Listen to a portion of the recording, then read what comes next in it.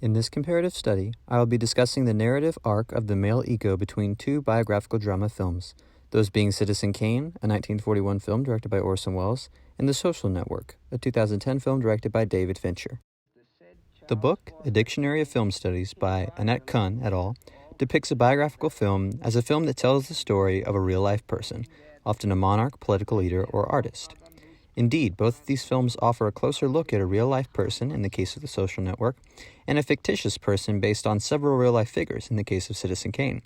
When either film is brought into discussion, it's impossible to ignore the mythical-like protagonists of each respective film, in addition to the one aspect of their character arc that motivates them: ego. However, the development of each protagonist's ego is what sets these films apart. To comprehend the difference, it's crucial to understand the context of the two films. Both films jump around from the East Coast to the West Coast, but they each portray very contrasting historical, social, and technological contexts. Citizen Kane takes place from the very late 1800s to the mid-1900s. This is done through the use of newsreels and flashback, along with a nonlinear narrative, something unheard of for the time. The story depicts the entire life of Charles Foster Kane, a wealthy newspaper publisher who gains international fame and status throughout his life. While Kane himself was not a real-life person, it is widely considered that the character was based on actual industry tycoons from that era, most notably William Randolph Hearst. While the director, Orson Welles, denied this statement, his co-screenwriter, Herman J. Mankiewicz, was former friends with Hearst, giving this sentiment more credibility rather than less. Throughout the film, Kane does come to own a newspaper, influence his wife's career, and build a giant pleasure palace, all of which were done by Hearst as well. The fact that the film covers more than 50 years worth of time allows it to tap into the history and technology of the era. Throughout the film, we see the rise of the penny press, the Spanish-American War, the power of political machines, the rise of fascism, and the growth of yellow journalism, all of which were real events that impacted not only reality, but the world of the film itself. On the other hand, The Social Network takes place solely in the 2000s and is laser-focused on telling the story of Facebook, created by real-life media mogul Mark Zuckerberg. The film uses a flash-forward technique to explore two different lawsuits against Mark, one being Facebook's co-founder and his former best friend, Eduardo Saverin, and the other coming from the Winklevoss twins and Divya Narendra, men who accused Mark of stealing their idea so he could create Facebook. When it released, the real-life Mark Zuckerberg called it fictional and hurtful, and earlier spoke about the film before it was even released. Well, I just wish that no one made a movie about me when I was alive. Okay. Okay, let's look at a sample problem. Through the characters, the film reveals information about the current time period, including the fact that many social networking sites already existed. When Mark meets the Winklevi and Divya, he makes note that their social networking site, Harvard Connection, isn't particularly unique. Question. Yeah, how is that different from MySpace or Friendster? In the second act, Sean Parker is introduced. Sean's character in the film serves to push Mark toward financial success. This in turn pushes Mark's ego and further cements him as controlling and manipulative.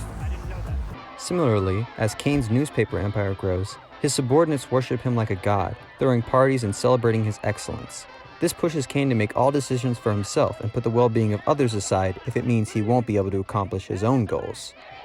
The two films build protagonists based off their respective head starts in life and the idea that they are meant for great things to come, furthering each protagonist's ego in addition to the relationships each protagonist has with their friends and coworkers, which fuels the fire in their minds.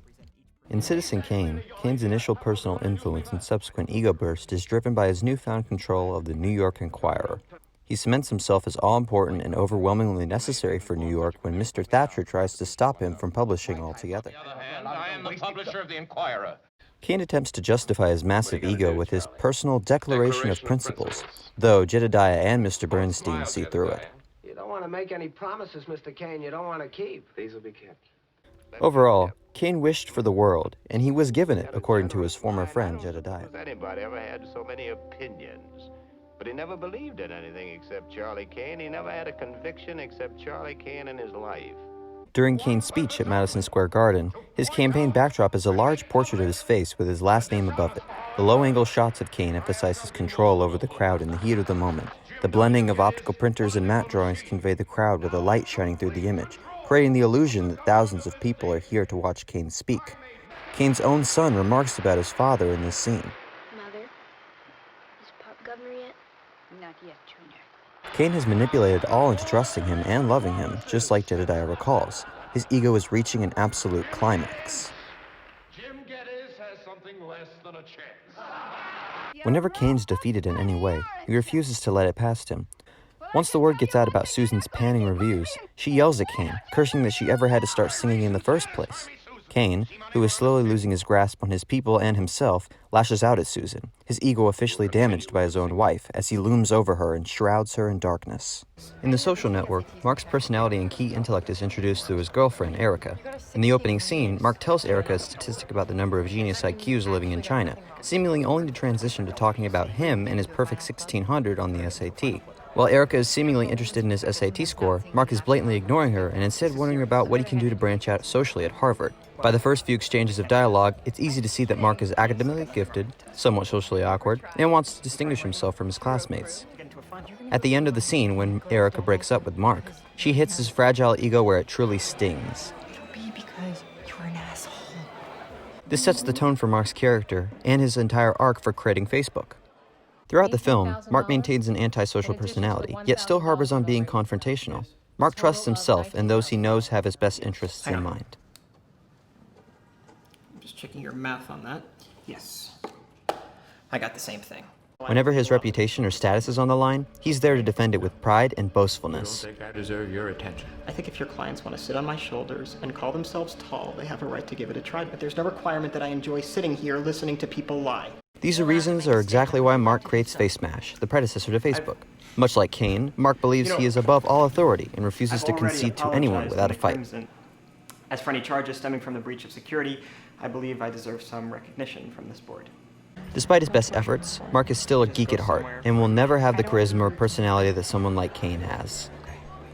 Good luck with your video game.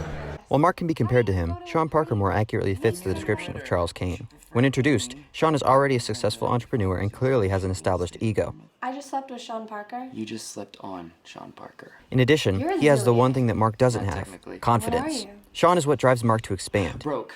Even during the opulent and dizzying dinner scene, Mark sucks up to Sean's business ideas for Facebook. He owned Mark after that dinner.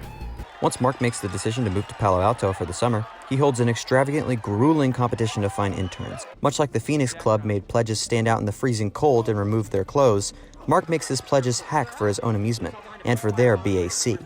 Mark's expansion and subsequent success with Sean has brought his ego to the next level, even taking a crack at Eduardo about a previous animal cruelty claim.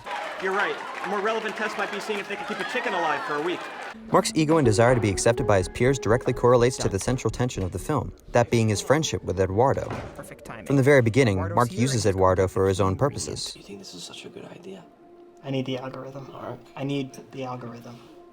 Mark rebuffs Eduardo constantly, even in casual conversation, Mark's ego too big for his own head.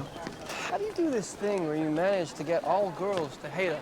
Eduardo and Mark's friendship is based on trust and commitment, as noted by Eduardo. I figured we were partners. I wanted to be a team player. You gotta get your ass on the first flight back to San Francisco. I need my CFO. However, by the time Mark tries to apologize and justify his actions, it's too late. The temptation to soar higher with Facebook means that Mark is going to shut everyone out of his life, fulfilling his ego by creating a god complex. I'm coming back for everything. Both of these films reveal something about the nature of ego. No matter how charming or likable someone may seem on the outside, absolute power corrupts absolutely. Through the eyes of these young geniuses, it is possible to sympathize with them. Through their instability of their relationships, it is possible to empathize with them.